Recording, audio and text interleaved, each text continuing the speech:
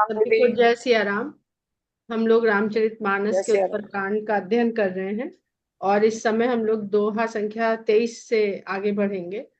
लेकिन अभी पीछे ही हम लोगों ने दोहा संख्या 20 में पढ़ा था। वर्णाश्रम निज निज धर्म निरत वेद पथ लोग। तो वर्णाश्रम को समझने के लिए थोड़ा सा हम लोग समय और देंगे, क्योंकि वर्णाश्रम को लेकर के बहुत सारी भ्रांतियां लोगों के मन में दिमाग में रहती हैं। वो अलग बात है कि हम अब उस वर्णाश्रम के किसी भी नियम का पालन नहीं करते हैं, पर फिर भी सारा संसार और संसार का हर समाज जाने अनजाने वर्णाश्रम का ही पालन कर रहा होता है। वो बात अलग है कि उसका जो हम लोग को लगता है नहीं पालन कर रहे हैं, उसका बदला हुआ या बिगड़ा हुआ स्वरूप हम समझते हैं, वही गड़बड़ी है। और बहुत निंदा भी होती है, बहुत कमियां भी बताई जाती हैं। तो ये तो आप सभी लोग जानते हैं कि 4 प्रकार के वर्ण वर्णाश्रम निर्धारित किए वर्ण है, जिसमें ब्राह्मण क्षत्रिय वैश्य और शूद्र है। आगे एक चौपाई उत्तरकांड में ही है, भरत जी को रामचंद्र जी बताते हैं, या नहीं, अयोध्या कांड में है, मुखिया मुख सो चाहिए खान पान को एक पालई सही सकल अंग तुलसी सहित विवेक। तो विवेक बहुत महत्वपूर्ण है, सबसे अधिक महत्वपूर्ण है विवेक। उस विवेक के द्वारा अब इस दोहे में उन्होंने वर्णाश्रम का जो मुख्य उद्देश्य है, उसको ही भगवान राम ने भरत जी को सिखाया। और उसको जानने समझने और करने के लिए विवेक की बहुत आवश्यकता है। विवेक से रहित होकर के हम अगर उसको जानेंगे समझेंगे तो नहीं समझ पाएंगे और हमें सब कुछ गलत सलत लगेगा। क्योंकि लोग इस चौपाई को तो बहुत पढ़ते हैं कि ढोल गंवार शूद्र पशु नारी सकल ताड़ना के अधिकारी। वहीं पर ये चौपाई कोई नहीं समझता है कि मुखिया मुख सो चाहिए खान पान को एक। तो आवश्यकता बहुत है कि हम चीजों को समझें, प्रसंग को समझें, व्यक्ति को समझें, परिस्थिति को समझें। तो वर्णाश्रम 4 प्रकार के वर्ण है। और इसकी जो सिद्धांत को जब बताया गया है सृष्टि के निर्माण के समय, कि जब जब सृष्टि का निर्माण हुआ तो वर्णाश्रम किसी मनुष्य ने नहीं बनाया है, वर्णाश्रम भगवान ने स्वयं बनाया है। अगर भगवान की बनाई हुई ये सृष्टि चल रही है, इसको कोई इंसान नहीं चला रहा है, कोई नहीं चला रहा है, जिसने बनाया है वही चला रहा है। और उसी ने ये वर्ण निर्धारित किए हैं। तो ये वर्ण भी पूरे संसार में चल ही रहे हैं, अपने आप चल रहे हैं। उसमें कहा गया है कि जब परमात्मा सृष्टि करते हैं तो परमात्मा विराट पुरुष के रूप में, विराट अवतार के रूप में, विराट स्वरूप, विराट पुरुष, जो भी हम उनको कहें, उस रूप में प्रकट होते हैं। और उसके पश्चात सृष्टि का निर्माण होता है, उसमें से चीजें बनती हैं। वो तो आप पढ़ेंगे, गीता में भी लिखा हुआ है, सब बहुत विस्तार से लिखा है कि सूर्य चंद्रमा नक्षत्र वनस्पतियां सब किस किस भगवान के उस विराट रूप में से किस किस चीज से क्या क्या बना इस सृष्टि में। यहाँ पर हम लोग केवल वर्ण की बात करेंगे। तो उसमें कहा जाता है कि उस विराट पुरुष के मुख से ब्राह्मण, भुजा से क्षत्रिय, उदर से वैश्य और चरण से शूद्र बना। अब यहाँ पर चरण से शूद्र बना, तो हम आगे चल के जब इसका स्वरूप बिगड़ा, और स्वरूप बिगड़ा केवल एक चीज से, केवल एक चीज से, अहंकार से, और किसी चीज से नहीं बिगड़ा। बढ़िया से बढ़िया चीज हो, उसमें आप बढ़िया से बढ़िया माल लाइए और उसमें अहंकार मिला दीजिए, वो सब गड़बड़ कर देगा। क्योंकि आपको सबसे ज्यादा प्रभावी आपका अहंकार दिखेगा, वो जो वस्तु थी मौलिक वो नहीं दिखेगी। तो जब चरण की बात, जब हम अहंकार से प्रभावित होके, कहते हैं ना अहंकार से इन्फ्लुएंस्ड होकर के इस बात को देखते हैं, तो हमें चरण सबसे लगता है निकृष्ट है, सबसे नीचे है। और इसको तो तुलसीदास जी ने भी लिखा है सकल ताड़ना के अधिकारी। तो इसको ताड़ना, और ताड़ना कर देने के लिए आप चरण प्रहार भी कर सकते हैं, वाणी से भी कर सकते हैं ताड़ना, और चरण प्रहार से भी कर सकते हैं। तो ये समझने का सारा फेर है। अगर उस विराट पुरुष के चरण शूद्र हैं तो वो चरण का उदर क्या है? वैश्य है। उसी चरण के जो शूद्र है उसका शीश क्या है? ब्राह्मण है। उसकी भुजा क्या है? क्षत्रिय है। तो हर व्यक्ति के पास, हम उसी विराट पुरुष का ही रूप लेकर के इस धरती पर विचरण करते हैं, तो हमारे भीतर भी ब्राह्मण है, क्षत्रिय है, वैश्य है, शूद्र है। अब अगर पैर खराब हो जाए तो कोई क्या कर सकता है? तो वो व्यक्ति क्या कर सकता है? और उस समाज का चरण अगर दुर्बल हो जाए, प्रताड़ित हो जाए, तो वो समाज खड़ा हो सकता है, वो राष्ट्र खड़ा हो सकता है, वो संस्कृति खड़ी हो सकती है, या ये संसार खड़ा हो सकता है। तो सबसे पहले तो जाति से इसको अलग कर दीजिए।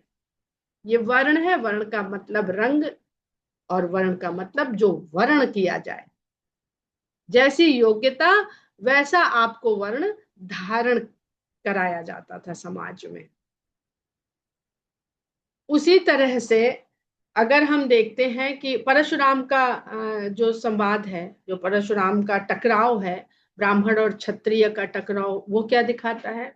बुद्धि और बल का संतुलन और सामंजस्य। अगर आपके पास बुद्धि बहुत है, भुजाओं में बल नहीं है, तो बुद्धि से आप, जिसके पास शारीरिक बल ज्यादा होगा, वो आपको प्रताड़ित कर लेगा। या आपके भुजाओं में बल तो बहुत है, बुद्धि की सामर्थ्य कम है, तो भी संतुलन नहीं।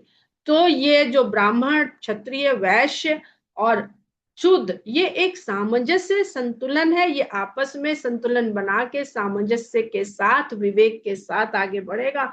सब तीनों चीज बढ़िया है। शूद्र भी बढ़िया है, पैर बढ़िया है, बुद्धि भी बढ़िया है, भुजाओं में बल भी बढ़िया, मतलब सब सामर्थ्यवान है। पर वैश्य, उदर, सब ऊर्जा, इस सबको ऊर्जा कौन दे रहा है? उदर ही दे रहा है। हम जो खाते हैं उसी से सारी ऊर्जा मिलती है। पोषण, खाली ऊर्जा नहीं, पोषण भी वही दे रहा है। तो बहुत समझने की आवश्यकता है कि यहाँ पर किसी को ऊंचा और ऊंच और नीच, भगवान पूरे उत्तरकांड में उनके लिए सब समदर्शी है, समभाव है, जगह जगह यही लिखा है। ये ऊंच नीच हमारी बुद्धि तय करती है। तो वर्णाश्रम के ऊपर एक बहुत छोटा सा आलेख है, पहले भी हमने यहाँ पर शेयर किया था, लेकिन कुछ नए लोग भी हैं, तो उसको भी, उन लोगों को भी उसका थोड़ा बहुत, और हमने कोई खोज नहीं करी है, पढ़ के ही पुस्तकों से लोगों के, उसका भी जिक्र है इसमें। तो उसको हम आप लोगों के सामने पढ़ते हैं। वर्णाश्रम यानी वर्ण व्यवस्था, व्यवस्था यानी सिस्टम। सिस्टम बनाया जाना चाहिए समाज को जोड़ने के लिए, न कि बांटने के लिए। ये देखते चलिएगा, आज तक यही हो रहा। आज भी आईएएस का लड़का आईएएस नहीं बनता, डॉक्टर का पुत्र डॉक्टर, पुत्र या पुत्री डॉक्टर नहीं बनता। वो योग्यता के अनुसार चुना जाता है। चुना जाता है यानी वरा जाता है, वर्ण किया जाता है, तब वो उस वर्ण को धारण करता है, तब डॉक्टर लिख पाता है, तब कमिश्नर लिख पाता है। तो सिस्टम बनाया जाना चाहिए समाज को जोड़ने के लिए, न कि बांटने के लिए। ऐसी ही एक व्यवस्था भारतीय परंपरा में सदियों से चली आ रही थी, जिसने हमारी संस्कृति को उत्कृष्टता और उच्चता की सीमा तक पहुंचाया, जो गुण आधारित थी, अवगुण आधारित नहीं। एक तो पहले, सबसे पहले हम ये समझ लें कि जो वर्ण है वो गुण पर आधारित है, अवगुण पर आधारित ही नहीं है। और हम लोग किस दृष्टि से देखते हैं? अवगुण आगे करते हैं। क्यों करते हैं? क्योंकि सृष्टि गुणों से बनी है, हम लोगों ने भी पढ़ा, इसीलिए वो बहुत आवश्यक था सांख्य योग के द्वारा उसको समझना। और गुण में क्या होता है कि हम अपने गुण देखने लगते हैं, और दूसरे के अवगुण। ये क्यों होता है? अहंकार के लिए। क्योंकि कॉस्मिक इंटेलिजेंस, सामूहिक बुद्धि के बाद अहंकार की उत्पत्ति होती है। जैसे रावण कहता है, बड़े बड़े उपदेश देता है कि अरे संसार तो बस आने और जाने का नाम है, जो आया वो गया।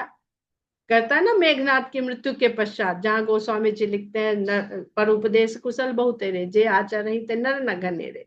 तो राम की क्यों सब मानते हैं और सुनते हैं? क्योंकि राम स्वयं आचरण करते हैं, किसी को सिखाते नहीं कि तुम ऐसा करो। जो गुण आधारित थी अवगुण आधारित नहीं, परंतु वो आगे चलकर स्वार्थ का सम्मिश्रण होने के कारण अपने मूलभूत रूप खोती गई, और कब वर्ण व्यवस्था से जो गुण आधारित थी जाति व्यवस्था बन गई जो जन्म आधारित थी। इसमें बहुत कंट्रोवर्सी है, कब हुआ, किसने किया, वहां हम लोग नहीं जाएंगे, क्योंकि सब अपने अपने सबके कयास हैं, अंदाजे हैं, अध्ययन है। यदि ये जन्म आधारित हो भी गई तो भी ठीक ठाक चल सकती थी। अब यहाँ पे बायोलॉजी का ध्यान रखिएगा, हमारे गुणों को धारण करके आगे बढ़ने वाले गुणसूत्र कहलाते हैं। गुणसूत्र यानी क्रोमोसोम्स। तो हमारी जो संरचना है वो गुण से मुक्त नहीं है। साइंस भी उसको गुणसूत्र कहता है, जिसको अंग्रेजी में क्रोमोसोम्स कहते हैं। यदि ये जन्म आधारित भी हो गई तो भी ठीक ठाक चल सकती थी, लेकिन फिर हमें गुण आधारित संयोग से ही संतान उत्पन्न करनी चाहिए थी, जो कि एक कठिन, दुरूह और अनिश्चित शैली है, जिसमें हम जन्म से पूर्व या जन्मते ही किसी व्यक्ति के गुणों का पता नहीं लगा सकते। क्योंकि वर्ण संकरण हुआ, तभी भी हुआ और अभी भी हुआ, तो हम नहीं जानते कि कौन सा व्यक्ति किस गुण सूत्र को अपने भीतर धारण किए हुए है। और उसमें फिर मिल गया अहंकार, अहंकार से स्वार्थ, तो बहुत बहुत घालमेल हुआ। जैसे गंगोत्री से, ग्लेशियर से जो जल चला गंगोत्री में आके, वो कानपुर आया, फिर आगे कलकत्ता गया, कितना संक्रमण हो गया। ऐसे ही जीव जो शुद्ध चैतन्य जीव बना, वो कलयुग तक आते आते कर्मों के कारण वो इतना इतना गलत उसमें संक्रमण हुआ कि इतना प्रदूषित अब हमारा जो मनुष्य जीव, मनुष्य रूपी जीव है, वो बहुत प्रदूषित हो चुका है, बहुत संक्रमित हो चुका है। जो कि एक कठिन, दुरूह और अनिश्चित शैली है, जिसमें हम जन्म से पूर्व या जन्मते ही किसी व्यक्ति के गुणों का पता नहीं लगा सकते। अतः उचित तो गुणाधारी था, जैसा कि कालांतर में विभिन्न प्रतियोगी परीक्षाओं द्वारा योग व्यक्ति चुनना उसी परंपरा का आधुनिक रूप है। जन्म परंपरा को लागू करने के पश्चात भी वर्ण संकर को ही सबसे दोष युक्त माना गया। चाणक्य नीति में वर्ण संकरण को ही आगे समाज के लिए, राष्ट्र के लिए सबसे बड़ा अहित बताया है। पर ये वर्ण संकरण भी होता रहा और जन्म आधारित व्यवस्थाएं भी समाज पर लागू रही, जिसका असंतुलित रूप हमारे सामने है। इस विचार के साथ ही बहुत छोटा सा वर्ण व्यवस्था का प्रारूप प्रस्तुत कर रही हूं, जो स्वर्गीय डॉक्टर राम प्रसाद मिश्र की पुस्तक राम ऐतिहासिक चरित्र से प्रेरित है। वर्णाश्रम, श्रम के आधार पर की गई वर्ण व्यवस्था वर्णाश्रम कहलाती थी। आश्रम का अर्थ वो स्थान जहां निरंतर श्रम होता रहे। श्रम का मतलब केवल फिजिकल लेबर नहीं।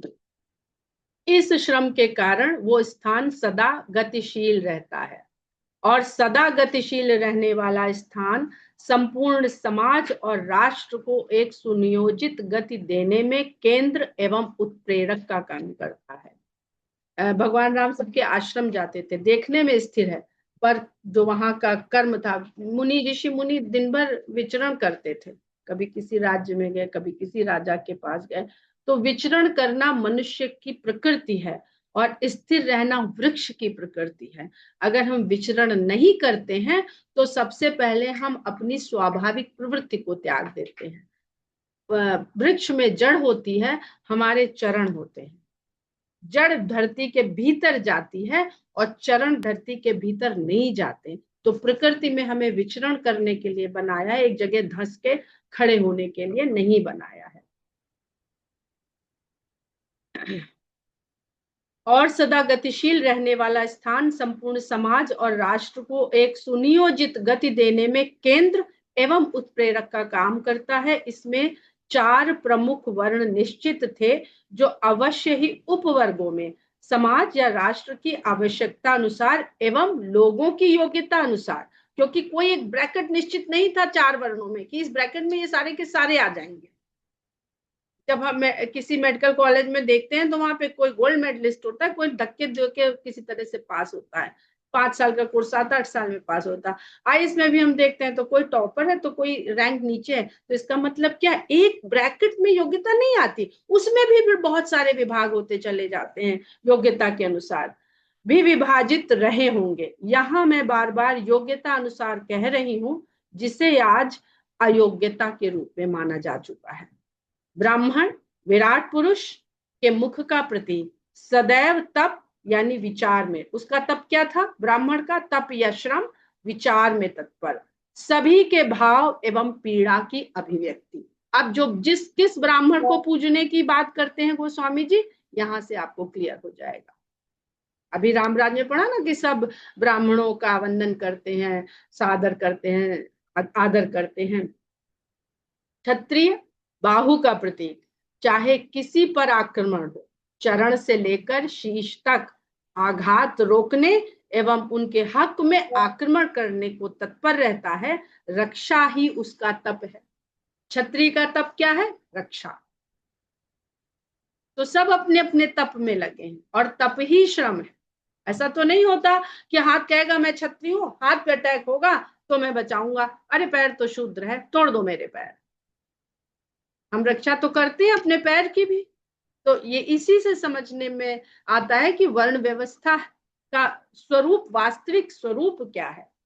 वैश्य उदर या उरु का प्रतीक है, जो ग्रहण करता है, धारण करता है, फिर वितरण करता है। ग्रहण करता है, धारण करता है, फिर वितरण करता है, ऊर्जा संचयन और समान रूप से वितरण। मुखिया मुख सो चाहिए, खान पान को एक, पालई पोसई सकल अंग, तुलसी सहित विवेक। ये वैश्य का तप है और तप ही श्रम है। शूद्र चरण है, उस विराट पुरुष के चरण, सारी गतिशीलता ही इससे है। और गति नहीं तो जीवन नहीं, मनुष्य नहीं, गति नहीं तो आप मनुष्य नहीं, वृक्ष हो गए। सारी गतिशीलता ही इससे है, चाहे आश्रम हो, समाज हो, राष्ट्र हो या व्यक्ति हो। वर्णाश्रम में इसका तप गतिशीलता है, शूद्र का तप गतिशीलता है और सब कुछ अपने ऊपर धारण करके रखना, निरंतर उन्नति की ओर गतिशीलता। और इस वर्ण के लिए सबसे महत्वपूर्ण है, अब इस जो भारतीय संस्कृति में प्रणाम का जो स्वरूप है उसको देखिए। किसी को सम्मान देने के लिए चरण स्पर्श होते हैं। अगर शूद्र है तो आप चरण क्यों छूते, जाइए सिर छूइए उसका या शेक हैंड करिए पश्चिम की तरह। हम चरण छूते हैं, यानी हम पूरे राष्ट्र के शूद्रों को सम्मान करते हैं, झुकते हैं। समझने की आवश्यकता है, पर अहंकार और स्वार्थ सब गड़बड़ करता है। किसी को सम्मान देने के लिए चरण स्पर्श होते हैं, न शीश न बाहु न उदर, और इन चरणों को छूने वाले बाहु होते हैं, भुजा जो क्षत्रिय है, और झुकने वाला शीश। अब चाहिए कि बिना शीश झुकाए चरण छू लें, आजकल छूते हैं ऐसे ऐसे और सिर उठ जाता है थोड़ा, ये अहंकार है। अगर आपने झुकना नहीं सीखा तो छोड़ दीजिए। नमस्ते, हम लोगों ने पिछली बार प्रणाम और प्रणाम, नमस्ते प्रणाम और दंडवत का भी अर्थ सीखा था, उसकी चर्चा फिर कभी करेंगे। और दबने वाला, चरण छुएंगे तो कुछ तो दबेगा, उदर। आजकल तोंद इतनी बड़ी हो गई है, संचयन, इतना संचयन कर लिया है कि चाहे भी तो नहीं दबा पाते। धन इकट्ठा करने की प्रवृत्ति, संपत्ति इकट्ठा करने की प्रवृत्ति, समानता और सम्मान की कैसी अद्भुत व्यवस्था थी आश्रम संचालित वर्ण व्यवस्था। ये आलेख यहाँ से पूरा होता है। आशा है आप लोगों को अब जब मानस पढ़ेंगे या रामायण पढ़ेंगे, गीता पढ़ेंगे, महाभारत पढ़ेंगे, कोई भी शास्त्र और ग्रंथ पढ़ेंगे, तो ये वर्ण जो 4 वर्ण आते हैं, इससे अब आपको कोई भी कंफ्यूजन नहीं होना चाहिए। क्योंकि तुलसीदास जी के ऊपर एक जो बड़ी बड़ी तोहमतें लगी हैं, उसमें एक ये भी तोहमत लगी है कि खुद तो ब्राह्मण थे, तो लिख के चले गए कि ब्राह्मणों को पूजती है सारी दुनिया। अगर तुलसीदास को ये लिखना होता तो रावण का महिमा मंडन करते अपने ग्रंथ में, उसका वध नहीं करवाते। और उसको सबसे बुराइयों, सारी बुराइयां जो उन्होंने लिखी, जहां कहीं भी लिखी, वो सब रावण के अंदर है। अब हम लोग दोहा संख्या 23 से आगे बढ़ते हैं। विधु महिपूर मयूखनि रवि तप जतन ही काज, मांगे बारिद देहि जल रामचंद्र के राज। यहाँ तक हम लोग कल पढ़ चुके थे। ओटिन बाज मेद प्रभु कीन्हे, दान अनेक द्विजन कह दीन्हे, श्रुति पथ पालक धर्म धुरंधर, गुणातीत अरु भोग पुरंदर। इस चौपाई को बहुत ध्यान से समझिए। प्रभु ने करोड़ों बाजमेद यानी अश्वमेध यज्ञ किए। अब अश्वमेध यज्ञ क्या है, सब जानते हैं। ये अश्वमेध यज्ञ क्या है कि अश्व को छोड़ा, वो बाद में जब पूर्ण हो गया तो उसकी बलि दी गई। तो क्या अश्व है ये जिसकी बलि दी जा रही? मेध का मतलब यही। दान अनेक द्विजन कर दीन, और द्विजों को दान दिया। करोड़ों अश्वमेध यज्ञ किए, ब्राह्मणों को दान दिया। श्रुति पथ पालक धर्म धुरंधर, श्रुति में वेद में बताए हुए पथ का पालन करने वाले और धर्म की धुरी को धारण करने वाले। धुरी अगर सही नहीं है तो फिर गति नहीं है। गति के लिए धुरी का होना और सेंटर में होना बहुत आवश्यक है। और गुणातीत अरुभोग पुरंदर, गुणों से परे हैं। अभी हम लोग गुणों की बात करी, पर भगवान तो वो विराट पुरुष है ना, वो गुणों से परे है और भोग करने में इंद्र के समान है। अश्व क्या है? अश्व मन का प्रतीक है।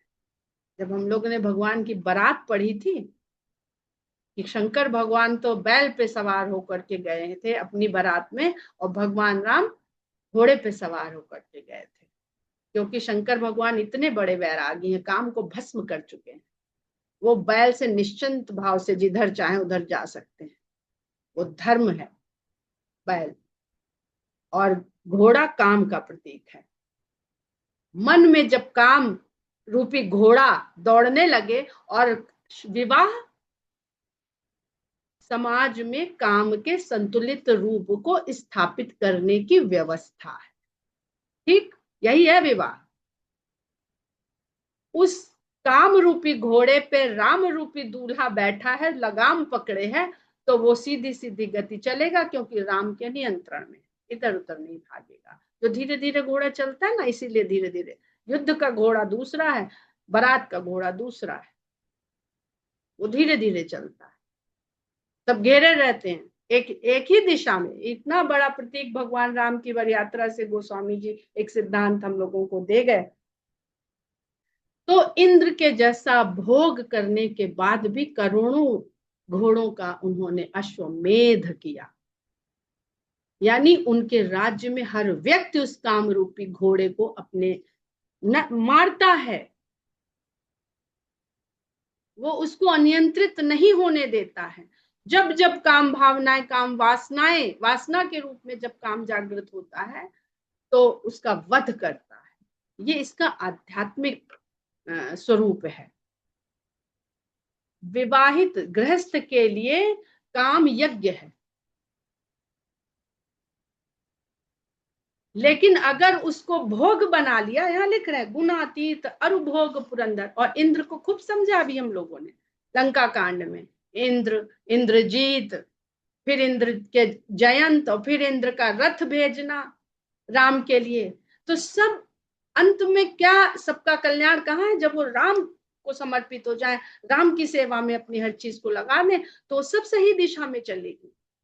वो उसी तरह से दोष मुक्त रहेगी जैसे राम के भीतर वो गुण अवगुण होते हुए भी गुणों से परे रहते।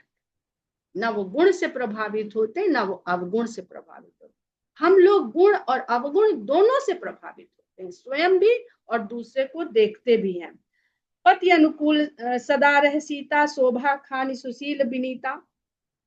सीता जी अपने स्वामी के सदा अनुकूल रहती हैं, शोभा की खान है, सुंदरता की खान है, सुशील है, विनम्र है। जानती कृपा सिंधु प्रभुताई, सेवती चरण कमल मन। भगवान की प्रभुता को जानती है। अब जब आदि शक्ति भगवान की से वैसे जब मनु महाराज ने तपस्या करी तो उनके बाएं में प्रकट हुई, भगवान के बाईं ओर सीता प्रकट हुई। आदि शक्ति उन्होंने बताया कि मेरे वामांग में जो है बाएं हैं ये भी आएंगी, तुमने तो बुलाया नहीं पर ये भी आएंगी जब हम अवतार लेंगे। सेवा भाव में जब वही आदि शक्ति होती है तो लक्ष्मी रूप है। जब जहां हम लोग नारायण को देखते हैं वो उनकी सेवा में लगी। ये चित्र क्या कहता है वही यहाँ पर समझने का प्रयास करिएगा। वो सीता जब लक्ष्मी का रूप धर के भगवान के बनाए हुए संसार, वो लक्ष्मी जी की आरती करते हैं ना, यज्ञ न होए तुम बिन और ये वो, तो लक्ष्मी की आवश्यकता है, पर वो लक्ष्मी लगी हुई है भगवान की ही सेवा में। बहुत सुंदर ये प्रसंग है। जानती कृपा सिंधु प्रभुताई, वो भगवान की इस महिमा को जानती है। सेवती चरण कमल मन लाई, इसलिए मन लगा के भगवान के चरण कमलों की सेवा में लगी रहती है। चंचला है, बहुत सुंदर है। आगे तक अगर आज हो पाया तो वहां तक का अर्थ देखिएगा, जो यहाँ शुरू किया है गोस्वामी जी ने उसको पूर्णता प्रदान कर दी है। यद्यपि गृह सेवक सेवकिनी, विपुल सदा सेवा विधि गुनी। यद्यपि घर में बहुत सारे सेवक और सेविकाएं हैं, बहुत प्रचुर विपुल हैं, बहुत सारे हैं, और सभी तरह की सेवा के विधियों को जानने वाले हैं, बड़े गुणी हैं। निज कर गृह परिचर्या करई, रामचंद्र आय सुन सरई। तब भी सीता जी अपने हाथों से घर के कार्य परिचर्या, घर के कार्य करती हैं और रामचंद्र की आज्ञा के अनुसार चलती हैं। जही विधि कृपा सिंधु सुख मानई, सोई कर श्री सेवा विधि जानी। जिस भी प्रकार से कृपा सिंधु को सुख मिलेगा, सुख मानेंगे, वही सोई कर, वही करती हैं श्री सेवा विधि जाने, क्योंकि श्री सेवा की विधि को जानते। बहुत सुंदर है। इसको आप लोग जितना चिंतन मनन करेंगे बहुत आनंद आएगा। फेमिनिस्ट लोगों के चश्मा चढ़ा के मत पढ़िएगा इसको, थोड़ा अपने को बड़ा करिएगा, अपने दायरे को। तो तभी अच्छा सच्चा अर्थ समझ में आएगा। कौशल्यादि सासु गृह माही सेवई, सबनि मान मदना। कौशल्या के साथ जितनी भी सासें घर में हैं सभी की सेवा करती हैं। सीता जी को ना कोई मान है ना कोई मत, ये महारानी हो चुकी है। राम राजा बन गए हैं तो वो महारानी है। महारानी सेवा करेगी सासू, जा रहे है तो इतनी पलटन दास दासियों की। उमा रमा ब्रह्मादि वंदिता, जगदम्बा संततम मनिंदिता। उमा रमा ब्रह्माणी के द्वारा वंदित होने वाली जगदम्बा, जगत की माता, संततम अनिंदिता, सदा अनिंदित है, यानी उनकी निंदा कभी हो ही नहीं सकती। अनिंदित रहने वाली, लगातार हमेशा सदा अनिंदित है। जासु कृपा कटाक्ष सुर चाहत चितव न सोई। जिनकी कृपा कटाक्ष को देवता भी चाहते हैं लेकिन वो उधर देखती तक नहीं। हल कटाक्ष क्या होता है? ऐसे देखना, ऐसे देखते हैं ना, पूरी दृष्टि डालने लक्ष्मी जी तो पता नहीं क्या हो जाए। जिनकी कृपा का कटाक्ष चाहते हैं और वो देखती नहीं है। राम पदार बिंद रति, करति स्वभाव ही कोई। वो राम के चरण कमलों में रति है, प्रेम के साथ लगी हुई है वहां पे, अपने स्वभाव को खोकर। कौन सा स्वभाव? चंचला है, एक जगह टिकती नहीं। लेकिन जब वो राम की सेवा में लग जाती है तो वही टिकी रहती है, अपना स्वभाव जो है वो खो देती है। बहुत सुंदर दोहा है, राम पदार बिंद रति, करति स्वभाव ही को। यहीं पर हम लोग विराम लेते हैं क्योंकि आगे हम लोग पूरा कर नहीं पाएंगे। सभी को जय सिया राम।